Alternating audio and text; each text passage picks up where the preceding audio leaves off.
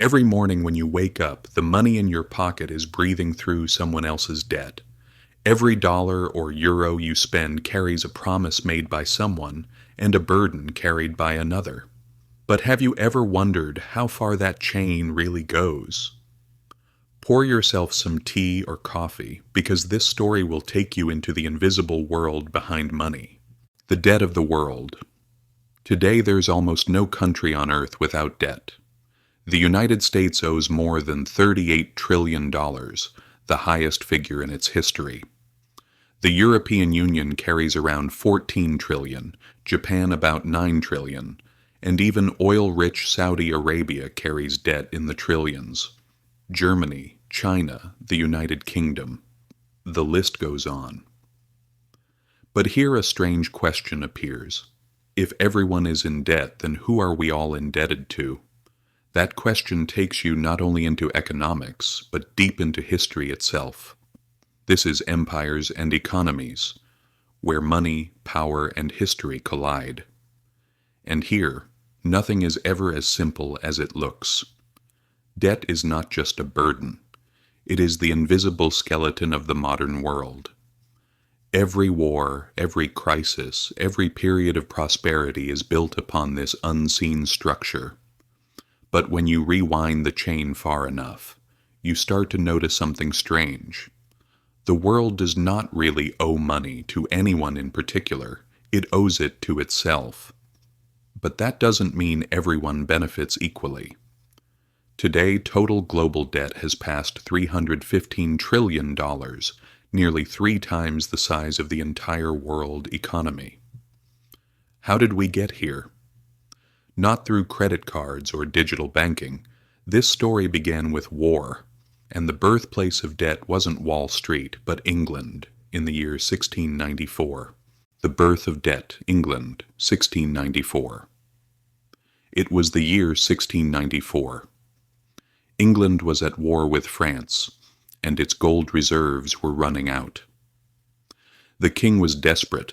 The nation stood on the edge of bankruptcy.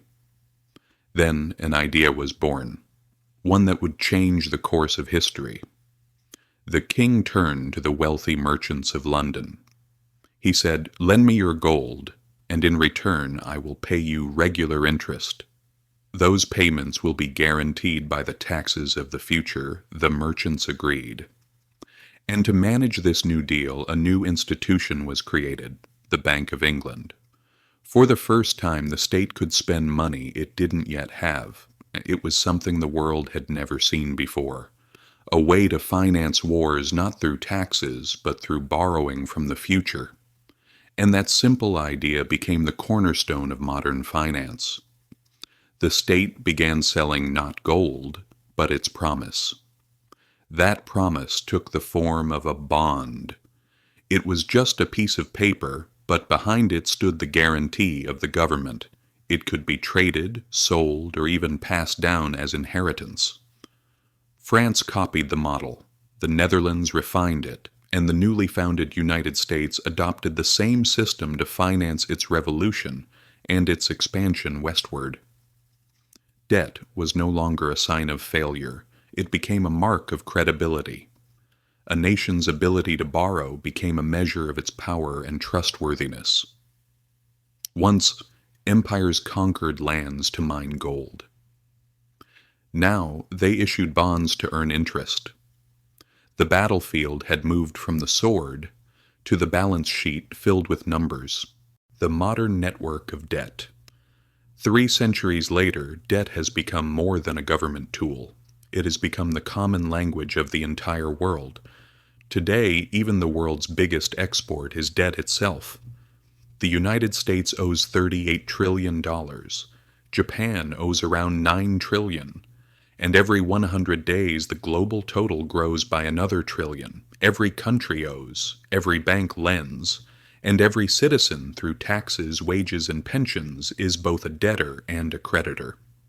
But the real question remains: who actually holds the debt? At the center of this chain stands the United States, because America's debt is not just national, it is global. Of its $38 trillion, about half is publicly held, meaning it is owed to investors rather than to other branches of government. Roughly two-thirds of those investors are American: banks, pension funds, mutual funds, insurance companies, and the Federal Reserve itself. The remaining one-third, about $9 trillion, is held by foreign investors. Japan leads with around $1 trillion, followed by China with about $800 billion, then the United Kingdom, Luxembourg, and Belgium.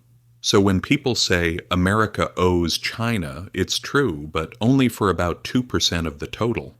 In reality, most of America's debt is owed to America itself. The Treasury issues bonds, banks and funds buy them. The Federal Reserve often buys them back, creating new dollars in the process. Americans pay taxes. Those taxes fund the interest on the bonds, and the interest flows back into American retirement accounts. The system is real, but the creditor is mostly its own reflection. And this circular mirror is not unique to America, it's global. Japan lends to the United States through Treasury bonds. The US lends to Europe through the IMF. Europe lends to developing nations through the World Bank. And those nations in turn invest their reserves back into Western government bonds. It's a planetary game of hot potato, except the potato is made of promises. Every country holds someone else's IOU. Every promise depends on another promise. And the only rule keeping the game alive is this: no one stands up from the table. Because if one player does, the game ends and everyone loses. The hidden power: markets and central banks. So far we've seen three links in the chain of debt: countries, banks, and citizens. But there is a fourth link, and it is the most powerful one of all: the markets. Behind every government bond and every piece of debt stands a massive web of institutions, hedge funds, pension funds, sovereign wealth funds, and the central banks that manage tens of trillions of dollars. These are the true referees of the world. They decide which nations can borrow cheaply and which must pay a premium to survive. And when confidence fades, currencies collapse, governments fall, and entire economies can be reshaped overnight. In today's world, democracies decide who governs, but markets decide who survives. And at the heart of these markets sit the real masters of the modern system: the central banks. They don't just manage debt, they create it. When the Federal Reserve or the European Central Bank buys government bonds, they create new money in exchange. The liability on one balance sheet becomes the asset of another. Every dollar in circulation is the reflection of a debt somewhere else. There is no such thing as debt-free money. Every coin, every bill, every digital dollar carries an invisible mark that says, "I owe you." For decades, this cycle has survived on one thing: trust. As long as investors believe government will keep paying interest, the machine keeps turning even if the principal is never repaid. But what happens when that trust begins to fade? Then the most fragile truth of all is revealed. Debt is not kept alive by numbers, but by belief. The crisis of trust: Greece, Argentina, and Sri Lanka. This entire system stands on one foundation: trust. Investors believe governments will keep paying interest. Even if the principal is never paid back, that belief keeps the cycle alive. But what happens when that trust disappears? Then everything becomes visible. And history has shown us this many times before. In 2010, Greece could no longer pay its debts. Bondholders panicked. Interest rates exploded, and the country stood on the edge of collapse. The European Central Bank and the IMF stepped in, but the rescue came with a price: austerity, higher taxes, lower wages, and mass unemployment. For an entire generation, rescue came to mean sacrifice. A similar story unfolded in Argentina. For years, the country defaulted again and again. Every new loan was used to pay off the last one. And for ordinary people, the result was always the same: rising inflation, a collapsing currency, and endless uncertainty. Sri Lanka became one of the latest examples. When its foreign reserves ran dry, the government could no longer import fuel. Shelves went empty, and eventually the government fell. The streets were filled not only with anger, but with despair. All these crises revealed the same truth. Debt is not just a number. It is a relationship built on trust.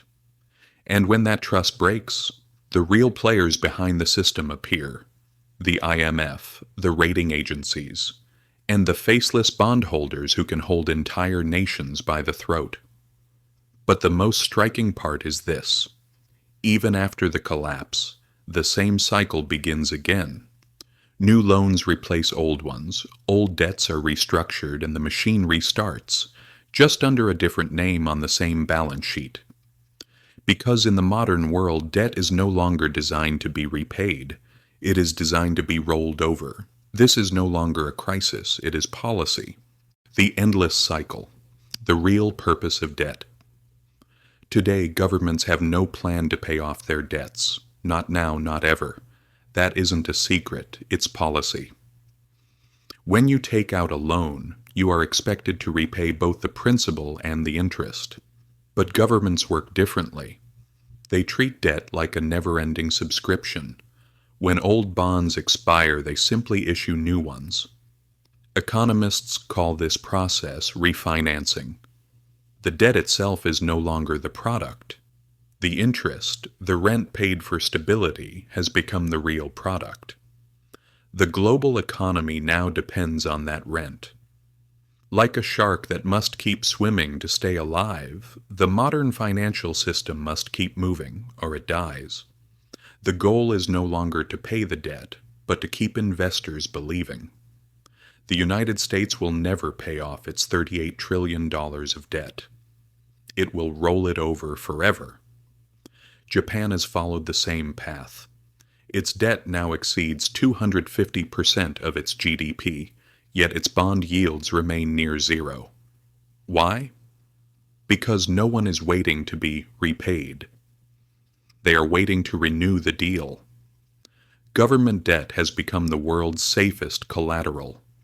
A U.S. Treasury bond is not seen as a liability anymore. It is an asset, the foundation of global markets. Pension funds hold it. Banks use it as security. Central banks treat it as money itself.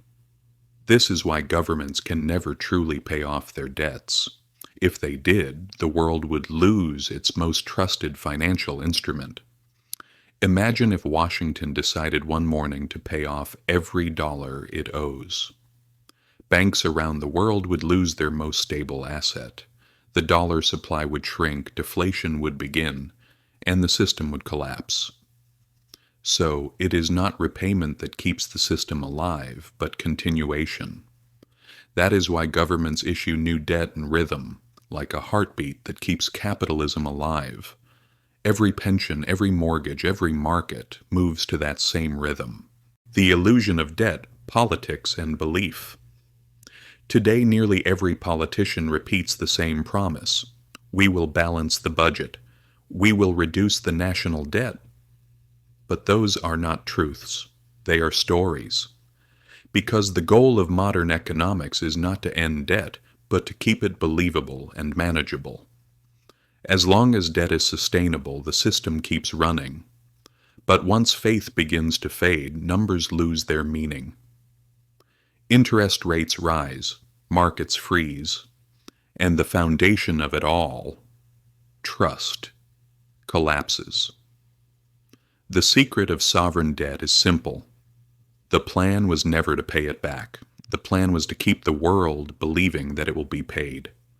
This entire system is built on a loop of trust, and as long as that trust survives, the numbers can grow forever.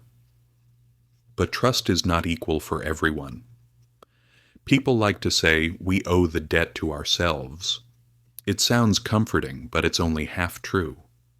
Because interest payments do not flow evenly through society, they move upward, from taxpayers and workers to bondholders, major funds, and banks. Debt is not just a transfer between countries, it's a transfer between classes. That is why, as global debt rises, global inequality rises with it. The system rewards those who hold the debt and punishes those who pay it. And this story plays out not only on a global scale, but on a personal one too. From households to nations, the rule of debt is always the same. Creditors are not villains. Debtors are not victims. They are two sides of the same engine. But when that engine runs out of fuel, when new borrowing can no longer cover old promises, the game changes. Then the question, who is the creditor, stops being abstract and becomes personal. And when that moment comes, there is no single face to blame. Not China, not Wall Street, not the IMF. Everyone's hands are in this system, them and us. We are all part of the same cycle. The final word, the true face of debt. The world we live in today has turned debt itself into money. Governments issue debt, banks multiply it, investors trade it, and citizens trust the system that runs on it. The line between debtor and creditor has almost vanished. No one truly knows who owes whom, or whose wealth fuels whose promise. Once debt meant dependence. Today, it means balance. But if that balance ever breaks, if trust is shaken, the illusion falls apart. And in that moment, we remember what debt really is. A promise. And no promise lasts forever. This system doesn't collapse when the numbers fail. It collapses when trust disappears. Because once trust is gone, numbers mean nothing. That is, the quiet truth of modern finance. Everything turns around one invisible word, trust. When trust exists, the system works. When it doesn't, everything stops. And here is the most striking part. At the top of this cycle, there are no they. There's only us. Because what keeps this system alive is not just the belief of governments or banks. It is our belief. The day we stop believing, this giant structure begins to crack. But maybe the answer is not to destroy the system, but to understand it. Because history always reminds us of the same truth. Money changes, rules change, but human behavior never does. Debt is one of the most complex mirrors we have ever built. When you look into it, you don't just see the economy, you see yourself. If this story gave you a new perspective, don't forget to like the video and subscribe to the channel. Because history already holds all the answers. I'm just here to remind you where to look.